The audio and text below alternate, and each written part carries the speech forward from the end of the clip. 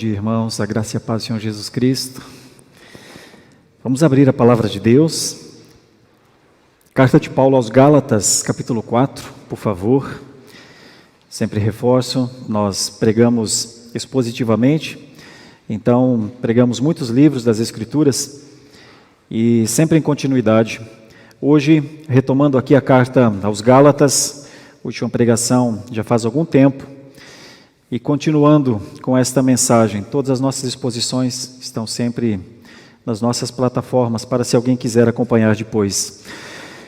Gálatas capítulo 4, versículos 1 até o 7, está escrito assim: Digo, pois, que durante o tempo em que o herdeiro é menor, em nada difere de escravo, posto que é ele senhor de tudo, mas está sob tutores, curadores, até o tempo predeterminado pelo Pai. Assim também nós, quando éramos menores, estávamos servilmente sujeitos aos rudimentos do mundo. Vindo, porém, à plenitude do tempo, Deus enviou seu Filho, nascido de mulher, nascido sob a lei, para resgatar os que estavam sob a lei, a fim de que recebêssemos a adoção de filhos. E porque vós sois filhos, enviou Deus ao nosso coração, o Espírito de seu Filho, que clama, Abba, Pai. De sorte que já não és escravo, porém filho, e sendo filho, também herdeiro por Deus.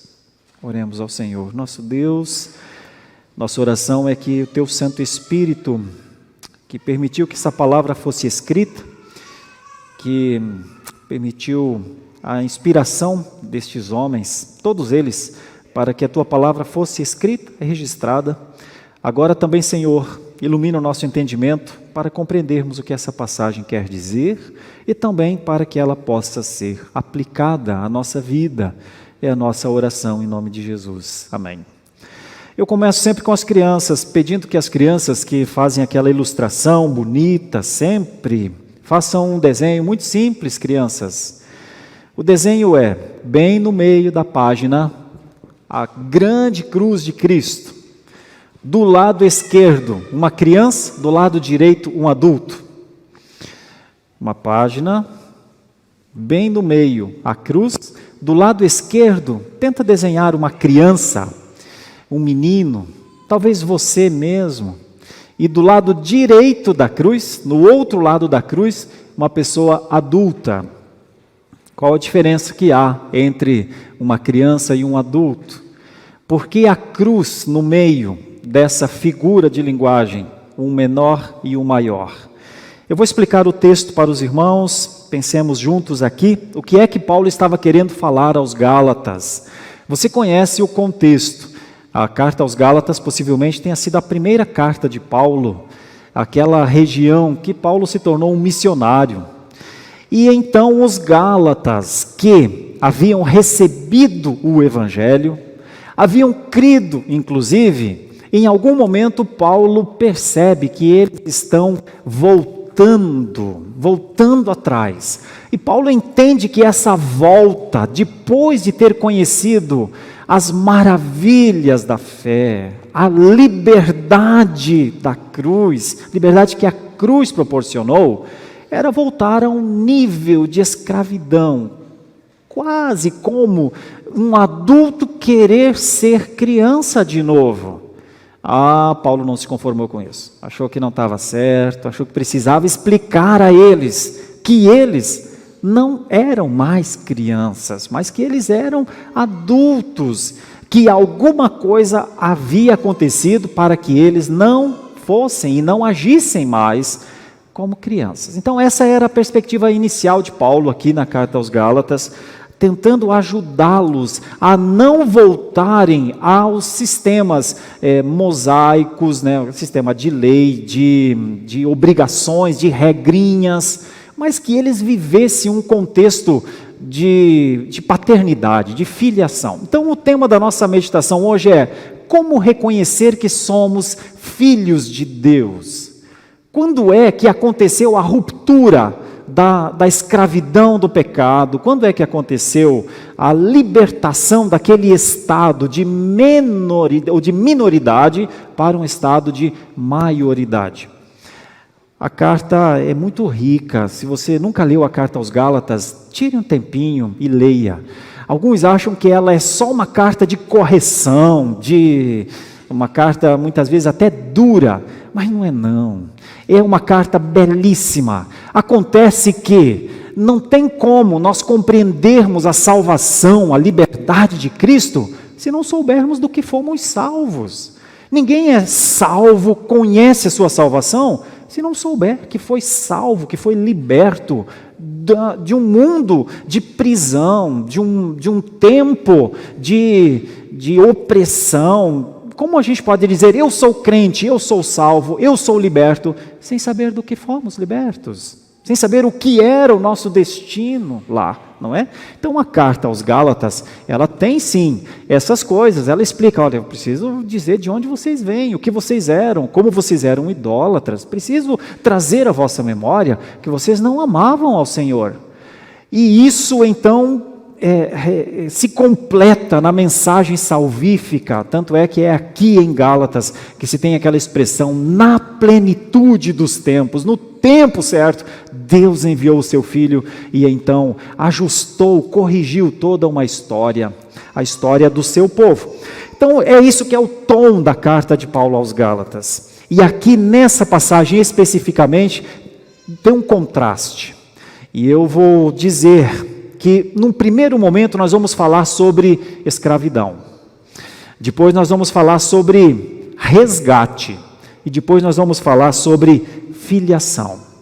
Primeiro nós vamos falar sobre prisão, depois nós vamos falar sobre a chave que abre as portas da prisão, e depois nós vamos falar sobre o que é viver livremente.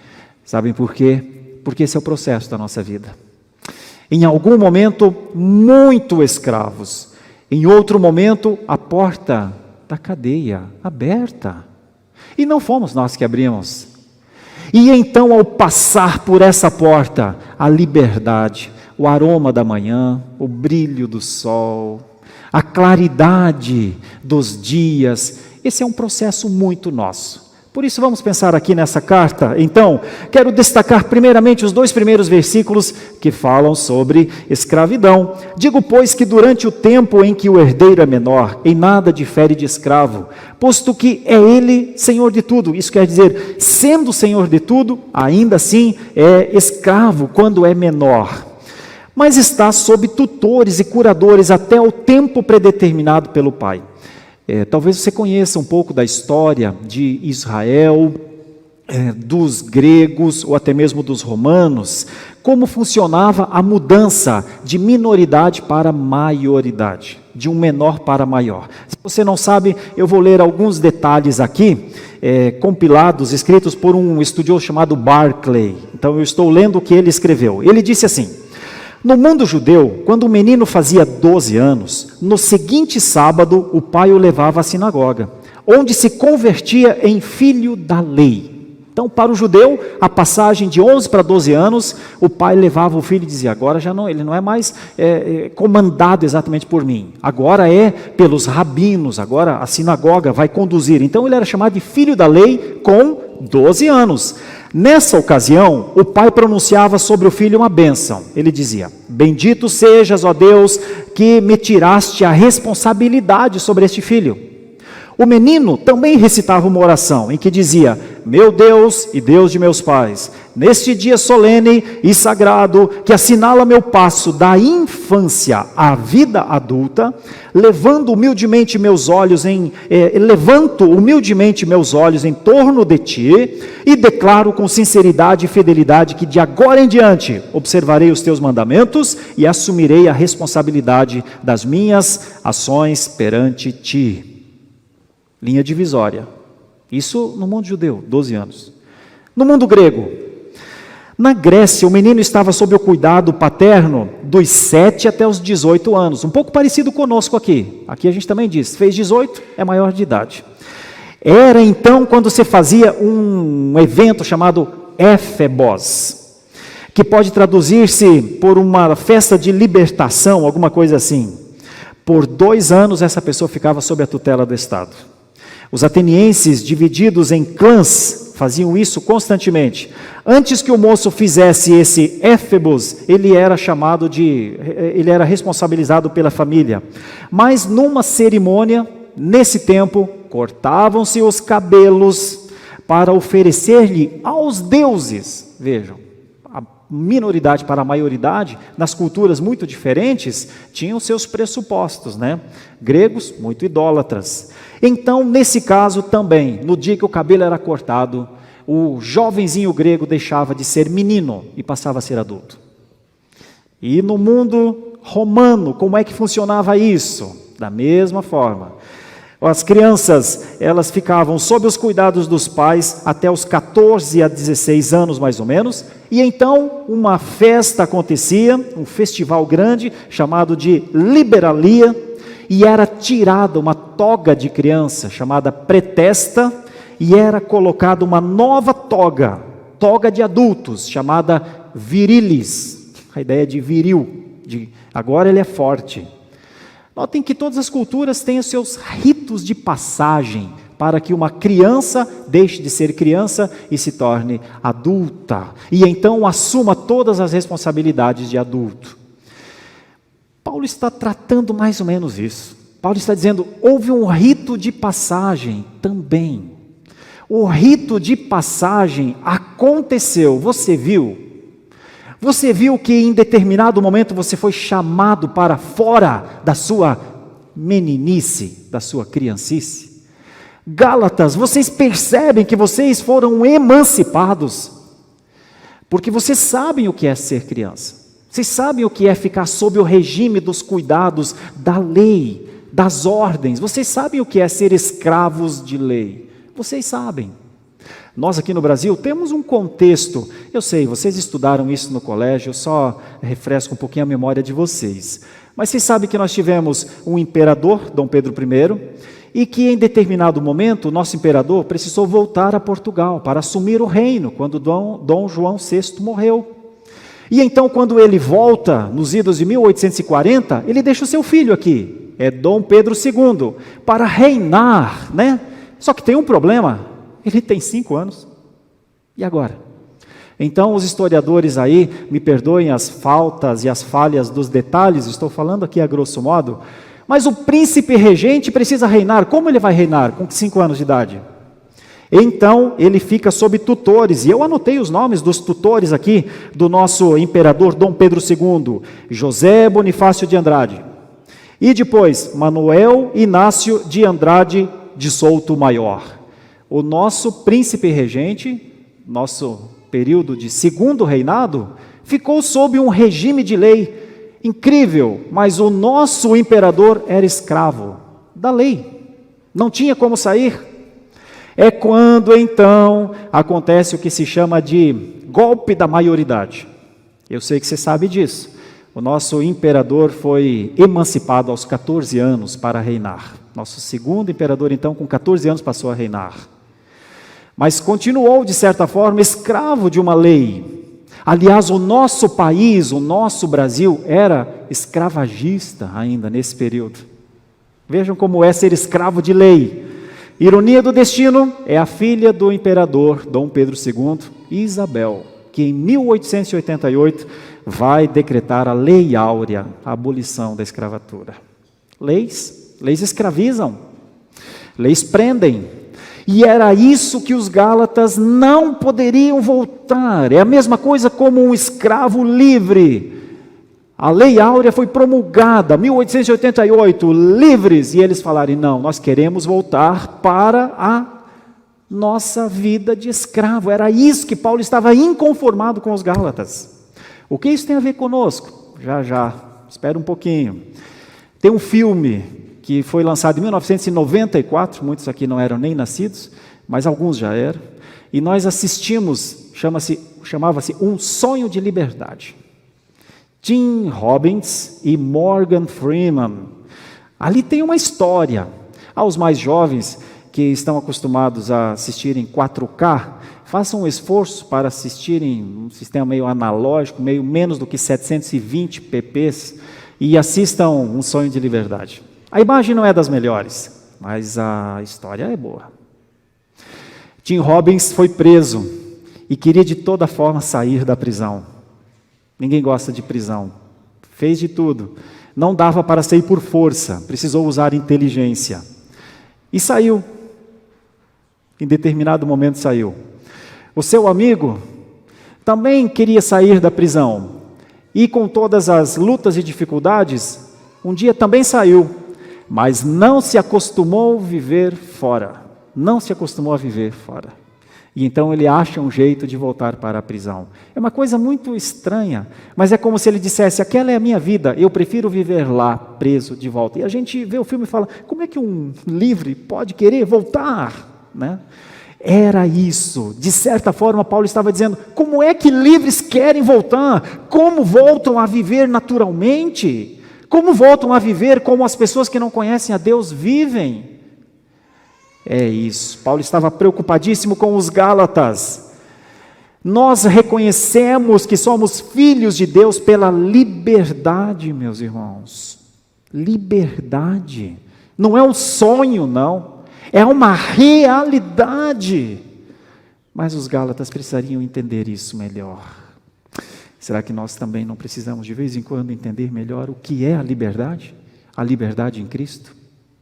Pense comigo, versículos 3 e 4. Assim também nós, quando éramos menores, estávamos servilmente sujeitos aos rudimentos do mundo. A ideia aqui de rudimentos do mundo é de forças naturais, sentimentos naturais, elementos naturais, vivendo como, está frio, colocamos casaco, está quente, tiramos as blusas, chove, pegamos o guarda-chuva, muito quente o calor, colocamos chapéu, vamos vivendo segundo o mundo nos dirige. É hora de descer, não vamos nos cansar. É hora de subir, isso é muito cansativo.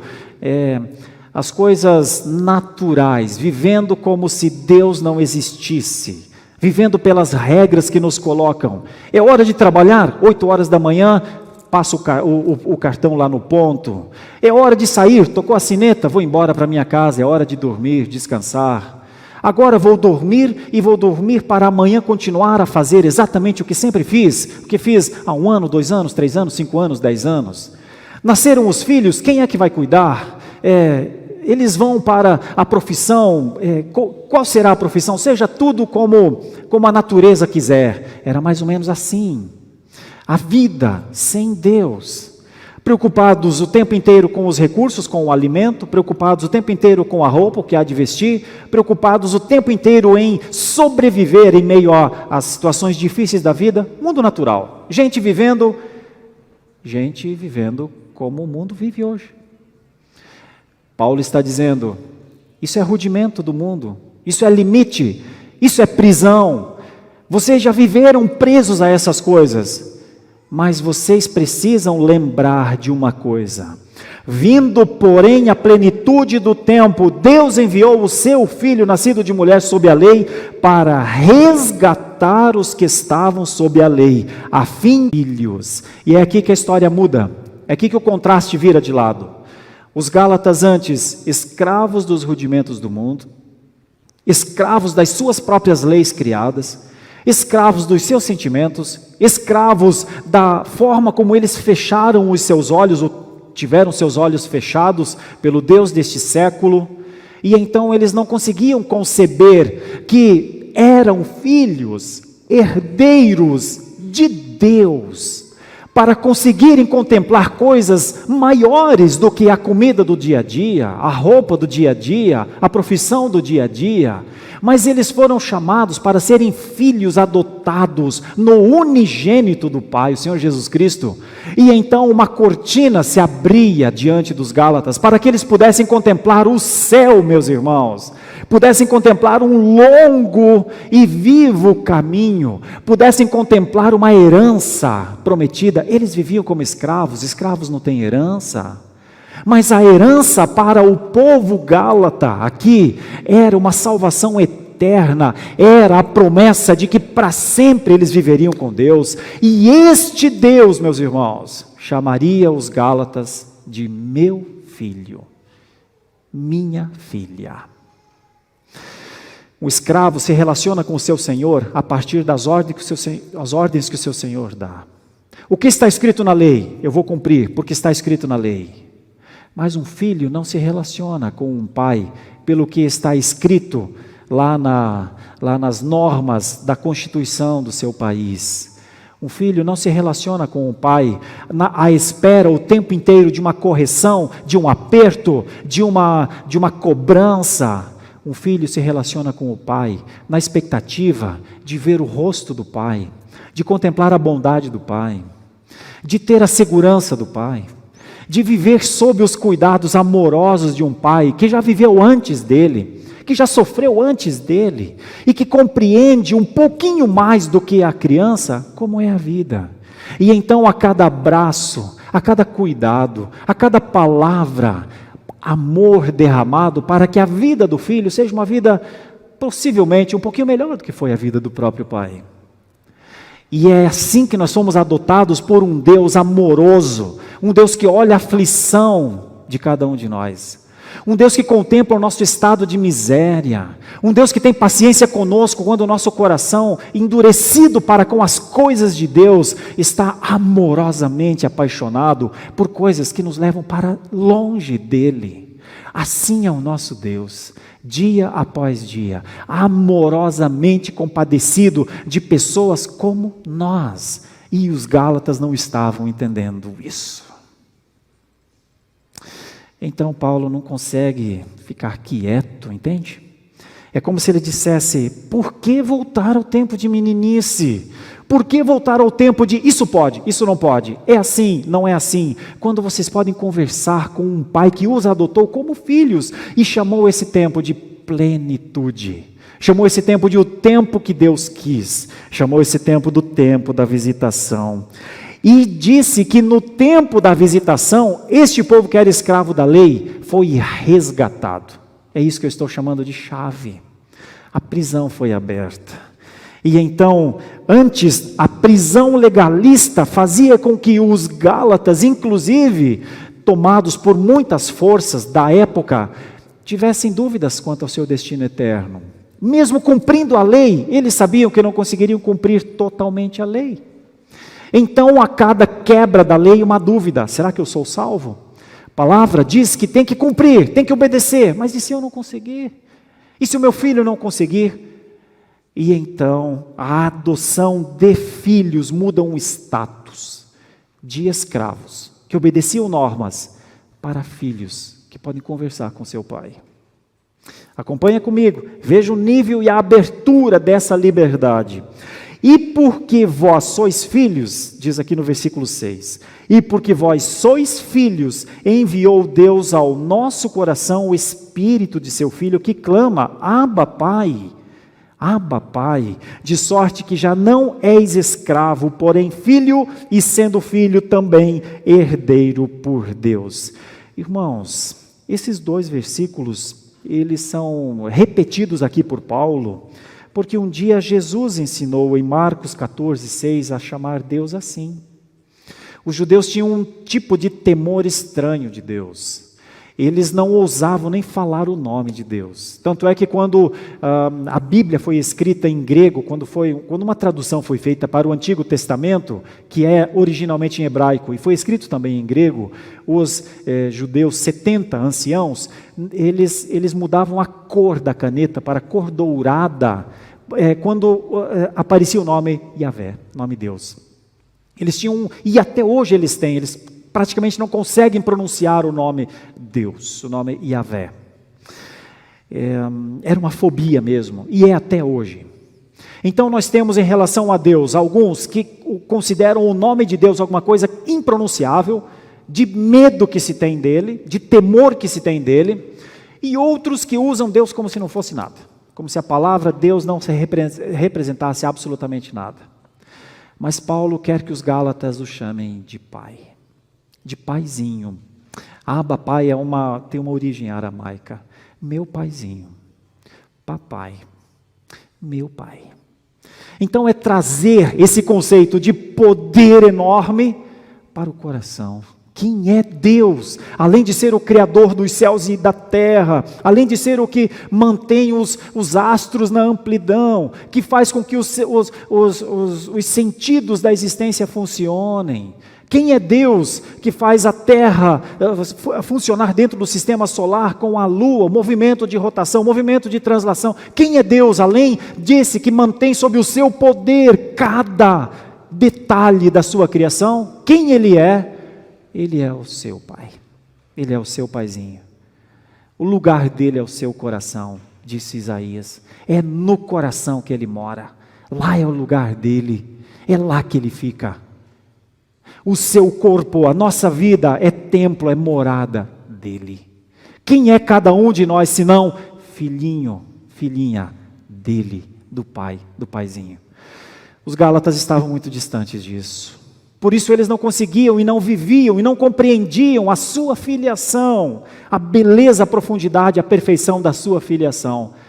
Porque o seu pensamento estava distorcido. Ora pela lei, ora pelos rudimentos do mundo, e Deus se encaixava em algum lugar da sua cosmovisão, quando na verdade Deus é a própria cosmovisão. Na verdade Ele determina como viver. Os Gálatas estavam um pouco distantes dessa ideia, e então eles encaixavam Deus na sua vida de acordo com as suas agendas. Bom, isso não é muito diferente dos dias de hoje. Não é verdade que para muitos Deus está na agenda deles, para o momento em que eles querem se relacionar com Ele? Mas um filho não coloca o pai na agenda. O filho está na agenda do pai, desde que nasceu. Era isso que Paulo queria dizer aos Gálatas, queria dizer: descansem, o vosso Pai que vos adotou, é este que vocês podem chamar de Paizinho. Vocês não são mais escravos, vocês agora são filhos, e sendo filhos, vocês são herdeiros por Deus. E aí aqui na passagem a gente fica pensando, mas o que será que é esse herdeiros por Deus? O que é essa herança então que nós a recebemos, né? E é aqui mesmo na carta aos Gálatas que nós vemos um pouco disso e dá para entender melhor. Dá uma olhadinha o que é essa herança no capítulo 3, no versículo 14. Um dia Deus havia prometido a Abraão que ele seria Deus de Abraão e de toda a sua descendência. Olha, como é que ele seria o Deus da descendência? Ele seria a cada momento em que um filho de Abraão reconhecesse Deus por Deus. Mas como é que a gente reconhece que Deus é Deus? Que Deus é o nosso Senhor? Se não for com a ação do Espírito Santo. Então veja o que diz o 14. Para que a bênção de Abraão chegasse aos gentios em Jesus Cristo, a fim de que recebêssemos pela fé o Espírito prometido. Os herdeiros por Deus herdam o Espírito de Deus. O escravo não tem essa ideia do Espírito de Deus nele. O escravo cumpre ordens, se não cumprir ordens, morre. Cumpre ordens, se não cumprir ordens, não come. Cumpre ordens, se não cumprir ordem, não terá roupa para o frio. Cumpre ordem, se não cumprir ordens, é corrigido, é ensinado, é açoitado, e então vai cumprir na marra, na força. Um escravo é obrigado, é oprimido, faz para sobreviver. Mas aqueles que têm o Espírito não precisam viver assim, não vivem assim. Não devem viver assim.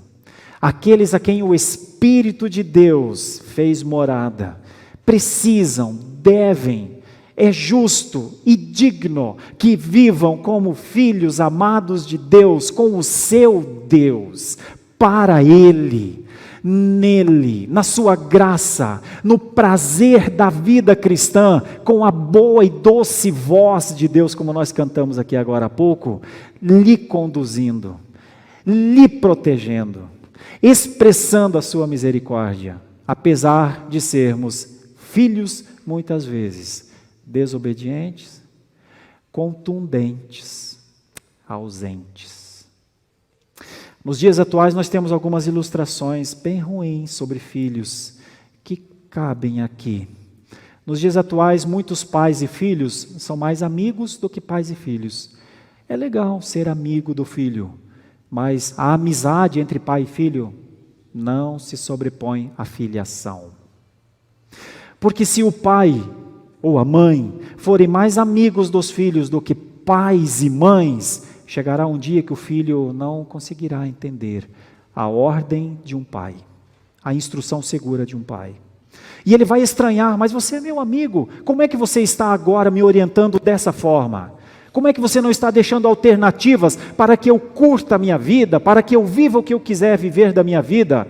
Por que é que você está dizendo: meu filho, eu conheço a Deus, eu ando nos caminhos de Deus, e você é meu filho, e você vai andar nos caminhos de Deus, e eu vou tomar na tua mão, e eu vou te conduzir, eu vou te tomar pela mão, e eu vou te conduzir, e eu vou te levar pelo caminho que eu estou andando? E o filho vai dizer: não, amigo não faz isso, pai. Amigo dá liberdade para a gente. É quando a filiação é mais importante do que a amizade. Alguns pais perderam o senso de paternidade nos dias atuais, e por isso perderam a autoridade sobre os seus filhos, porque eles primaram tanto pela amizade, e esqueceram da bênção de Abraão, da bênção que passa de pai para filho e filha. Quando eu falo pai e filho, entenda, eu estou falando pais e filhos, pai e mãe, filho e filha. Quando se perde a noção da responsabilidade que se tem com a aliança, prioriza-se a amizade. A amizade é legal, mas é nociva para a aliança quando a aliança é esquecida. Muitos não conseguem mais conduzir os seus filhos no caminho do Senhor e culpam os filhos e dizem que são eles que são cabeças duras, e que quando eles eram filhos, eles obedeciam aos seus pais, eles andavam nos caminhos dos seus pais. Agora seus filhos não andam nos deles. Eu diria que é um equívoco atribuir aos filhos o desvio, quando cabe a nós o comando. Meus irmãos, os Gálatas estavam sim perdidos e precisavam reencontrar o caminho da filiação. Nós também precisamos. Mas para isso nós temos que entender esse contraste, conforme está escrito aqui nessa passagem. O contraste era de uma escravidão para a filiação, o contraste era de uma prisão para uma liberdade, o contraste era viver como livres, porque a chave daquela prisão não é um direito mais nosso. Ninguém mais tem o direito a voltar para a prisão como Morgan Freeman quis voltar, porque nenhum crime que viermos a cometer, nenhum pecado que viermos a praticar, nenhum delito novo que viermos a fazer, será motivo para voltarmos à prisão. Aqueles a quem o Filho libertar serão verdadeiramente livres. A questão é compreender quem somos nessa história. Se somos como os Gálatas, que estavam presos aos rudimentos do mundo, viviam como homens naturais vivem, e se lembravam de Deus, e até com dúvidas de Deus em alguns momentos, ou se nós somos aqueles que dizemos: Abba Pai, Paizinho, meu Pai, ou se nós somos aqueles que vivem em gratidão pela salvação, que se lembram daquele que morreu na cruz, que se lembram dos seus cravos, que se lembram do sangue derramado do Cordeiro, e que sabem que por conta do sangue do Cordeiro são livres, e podem contemplar a eternidade, porque a eternidade foi trazida para diante dos nossos olhos. Fechamos os olhos, contemplamos o céu, abrimos os olhos, estamos diante das grandezas de Deus. Andamos pelos caminhos, tem tantos desvios por todos os lugares, mas nós sabemos qual é o nosso caminho, nós sabemos o qual caminho devemos andar. Ensinamos os nossos filhos a andarem nesse caminho também, porque sabemos que é a segurança de Deus. Nós só precisamos nos perguntar, de vez em quando: a que voz eu ouço? Quais vozes me comandam? Os Gálatas precisaram ouvir de Paulo que Deus havia feito um milagre em favor deles. As nossas gerações também precisam ouvir. O milagre foi feito, a prisão foi aberta, a liberdade foi dada. Por que querer voltar a rudimentos de leis? Por que voltar a, por exemplo, dúvidas sobre salvação? Por que voltar a achar que Deus se agrada de cumprimentos de leis? Por que voltar a um tempo de sombras, quando a luz, quando o sol da justiça raiou? Por que voltar à ideia de cumprimentos para agradar a Deus, quando quem agrada verdadeiramente a Deus é o Filho, na cruz? E então a nós foi dado o privilégio, primeiro, de não morrer na cruz, porque Ele morreu por nós. Depois, de viver a vida que Ele trouxe, porque a cruz levou Jesus à ressurreição. E depois da ressurreição de Jesus para frente, a promessa de que todos nós ressurgiremos. Por que viver com dúvidas? Porque o mundo hoje acredita em reencarnação, ou acredita em aniquilamento. Porque o mundo de hoje não contempla Deus e a sua promessa e a sua verdade. Porque muitos vivem verdadeiramente em ilusão. A ilusão faz parte da vida, mas não faz parte da nossa vida. Isso não é para soberba pessoal, mas se tem um povo no mundo que vive sob a realidade da vida, é o povo cristão. Por isso ele não pode viver como se vivesse menino. Ele não pode viver como, assim, eu não sei para onde eu vou, eu não sei o que vai acontecer comigo. Ele não pode viver com esse tipo de prisão, dentro desse tipo de prisão. Os cristãos são livres. Ninguém prende os cristãos. Governos não prendem cristãos. Leis humanas não prendem cristãos. Podem até prender o corpo, mas não prendem sua alma, não prendem seu espírito. Não há ninguém mais livre do que um cristão convicto, porque apesar das dificuldades da vida, apesar dos problemas que ele enfrentar, apesar das horas mais escuras e dramáticas do ser humano, ele se lembra de um Salmo 23. Ele se lembra da palavra de Jesus, eis que estou convosco todos os dias. Ele se lembra da vida e da realidade que João viu no Apocalipse. Celebração e louvor de todos os cantos da terra, de todas as tribos, raças e nações. Ele sabe que existe uma realidade. Ele sabe que o virtual nessa história é o tempo em que ele está vivendo, que vai passar. Ele não ama esse mundo mais do que a glória de Deus. Ele não é mais feliz nas suas vitórias do que na promessa. Existirá um tempo, meus irmãos, em que todos nós viveremos, em que tudo isso se cumprirá. Então, se a sua vida, neste momento, está um pouco duvidosa, se você não sabe direito se você é livre ou não é, eu preciso te dizer, se você crê em Jesus, se o Senhor Jesus Cristo é o seu Senhor, se Ele é o seu Salvador, você é livre, tão livre. Meu Deus, como você é livre.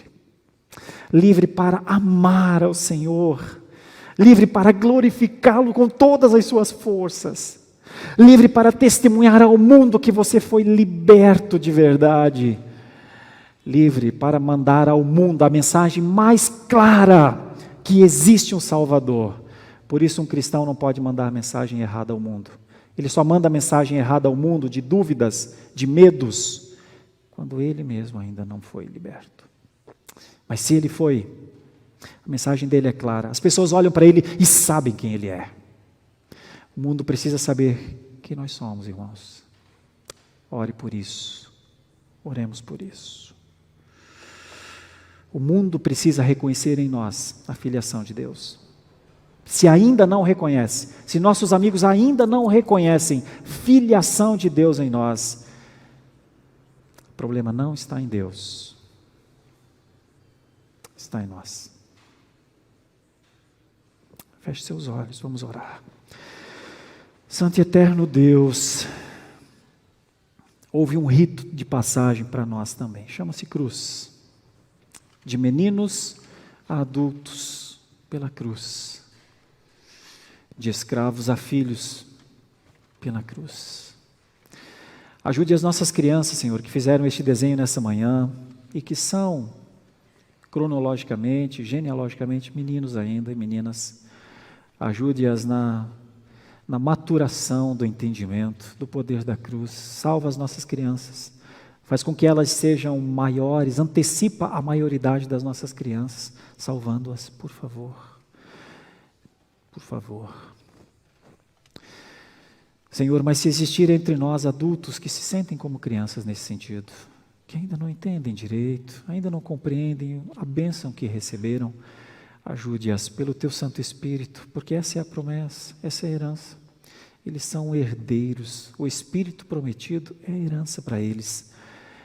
E quando alguém tem o entendimento aberto, quando alguém sabe quem é o seu pai, quando alguém sabe o que o seu pai fez por ele, então poderá entender a segurança da salvação, poderá entender o privilégio de ser um propagador dessas boas novas, porque recebeu essas boas novas.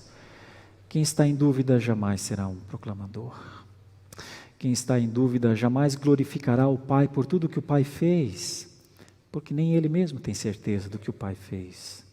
Mas aqueles a quem o Espírito libertou, o Espírito de Cristo libertou, aqueles que são livres, vivem como livres.